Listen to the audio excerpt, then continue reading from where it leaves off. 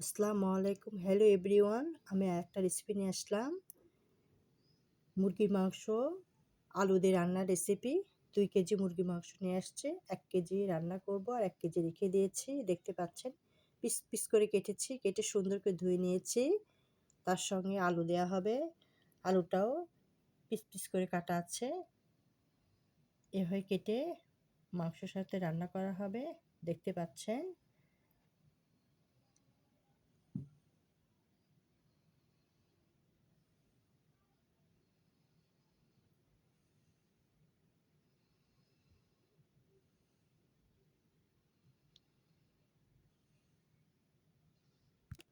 মশলাটা দেয়া হবে বাটা মশলা ১ চামচ, আদা বাটা ১ চামচ, পেঁয়াজ বাটা ১ চামচ, রসুন বাটা একসাথে আমি মিশ্রণ করে বেটে নিয়েছি। ১ চামচ জিরা বাটা আছে। তার সঙ্গে আছে গুঁড়া মশলা, জিরা বেটে নিয়েছি।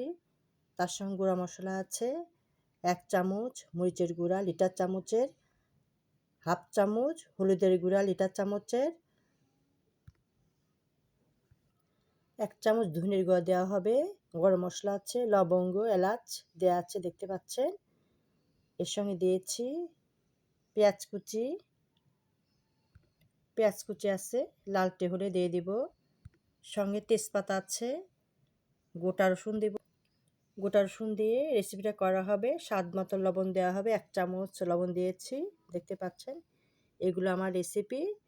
শুরু করব হাইটে না মাঝারি হিটে রান্না করা হবে।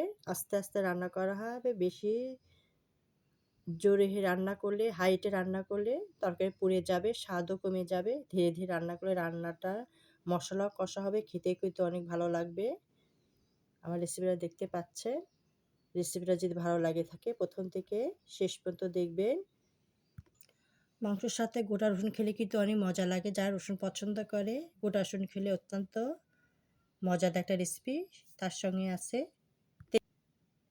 দেখতে পাচ্ছেন। রেসিপিটা প্রথম থেকে শেষ পর্যন্ত দেখবে। রেসিপিটা যদি ভালো লেগে থাকে যারা ফেসবুক থেকে দেখছেন তারা ফলো দেবে, যারা ইউটিউবে দেখছেন তারা সাবস্ক্রাইব করে বেল বাটন অন করবেন পরবর্তী নোটিফিকেশন যেন ভিডিওগুলো আপনাদের কাছে পৌঁছায়। আপনারা যেন আমাদের ভিডিওগুলো দেখতে পারেন, লাইক কমেন্ট করতে পারেন। আপনাদের কাছে আন্তরিক শুভেচ্ছা ভালোবাসা রইল।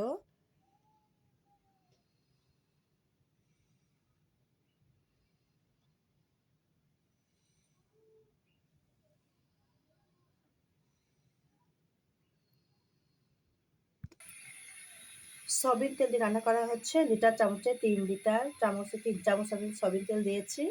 আর পেঁয়াজ কুচি দিয়ে রান্নাটা করা হবে। লালটে হলে সব মশলাগুলো দিয়ে দিব। রেসিপির সব মশলাগুলো এক এক করে সব দিয়ে দিব। পেঁয়াজ আর তেজপাতা ভেজে নেওয়া হচ্ছে। লালটে হলে মশলা দিয়ে দিব। এর সঙ্গে রাঁধুনি মশলা দেওয়া হবে, খেতে কিন্তু অনেক ভালো লাগবে। মুরগির মাংস সুন্দর করে মশলা কষানো হবে। তরকারি যত কষানো যায় খেতে কিন্তু তত ভালো লাগে, স্বাদের গুণ বাড়িয়ে দেয়। মশলার উপরে মশলাটা যত কষানো হবে খেতেও কিন্তু কাঁচা গন্ধ স্মেল দূর হবে, খেতে কিন্তু অনেক সুস্বাদু হবে। দেখতে পাচ্ছেন এভাবে কষানো হচ্ছে। বাটা মশলা দিয়ে দিয়েছি ১ চামচ জিরার গুঁড়া, জিরা বাটা গুঁড়াটা পরে দেওয়া হবে। ১ চামচ আদা বাটা ২ চামচের, ১ চামচ পেঁয়াজ বাটা, ১ চামচ রসুন বাটা দিয়ে দিয়েছি। দিয়ে কষানো হচ্ছে। গুঁড়া মশলাটা এখন দিয়ে দিব। মশলা দিয়ে দিয়েছি, সামান্য পানি দিয়ে কষানো হবে।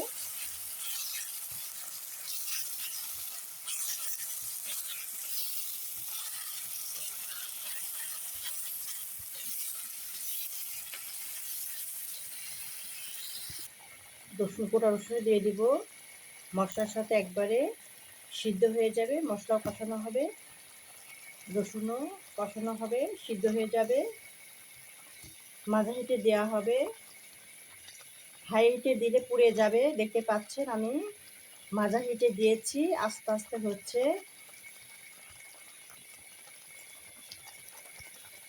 হাই হিটে দিলে পানি শুকিয়ে যাবে, মশলা পুড়ে যাবে। এই জন্য মাঝারি হিটে দিয়ে মশলা কষাইতে হবে। এভাবে রান্না করতে হবে। আমি ঢেকে দিব। আবার 2 মিনিট পরে সামান্য পানি দিয়ে আবার মশলা কষানো হবে। ঢেকে দিলাম আমি, দেখতে পাচ্ছেন। আবার 2 মিনিট পরে মশলা কষানো হবে, কারণ মুরগির মাংস খুব বেশি সময় লাগবে না।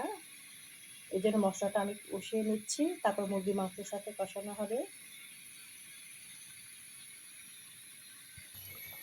মুরগির মাংস দিয়ে দিয়েছি, এখন কষানো হবে। মশলা দিয়ে মুরগির মাংস কষানো হবে, এপাশ ওপাশ করে উল্টে পাল্টে কষানো হবে। যত কষানো যাবে মাংসটা খেতে ভালো লাগবে। আর ওটাও দিয়ে দিব একসাথে, দুটো একসাথে কষানো হবে। এইভাবে মাংস কষাচ্ছি, কষানো হবে।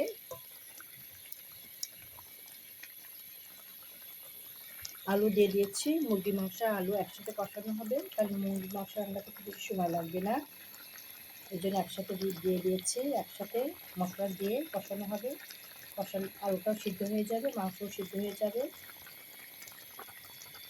এবার ঢাকিয়ে দিব, ঢাকনা দিয়ে ঢেকে দিলাম।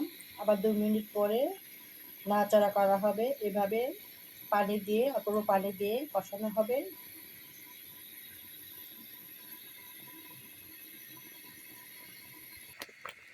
রাঁধুনি মশলা দিয়ে দিলাম। রান্না শেষ পর্যায়ে দেখতে পাচ্ছেন একটু ঝোল ঝোল হবে, আলু দিয়ে সাধারণত ঝোলঝোলে হয় মুরগি মাংস। আলু দিয়ে ঝোল রেসিপি। রাঁধুনি মশলা দেওয়ার পর আবার উল্টে পাল্টে দিলাম। রেসিপিটা কমপ্লিট হয়ে গেছে, দেখতে পাচ্ছেন। আলহামদুলিল্লাহ, রান্নাটা একবারে কমপ্লিট হয়ে গেছে, দেখতে পাচ্ছেন। অত্যন্ত মজাদার একটা রেসিপি, মুরগি মাংস আলু দিয়ে ঝোল রান্নার রেসিপি। রেসিপিটা যদি ভালো লেগে থাকে, যারা ফেসবুক থেকে দেখছেন তার ফলো দিবেন, যারা ইউটিউব দেখছেন তার সাবস্ক্রাইবে বেল বাটন করবেন। পরবর্তী নোটিফিকেশন ভিডিও যদি আপনাদের কাছে পৌঁছে যায়, আপনারা যদি লাইক কমেন্ট করেন। আল্লাহ হাফেজ। রেসিপিটা কেমন লেগেছে অবশ্যই কমেন্ট করে জানাবেন। আল্লাহ হাফেজ।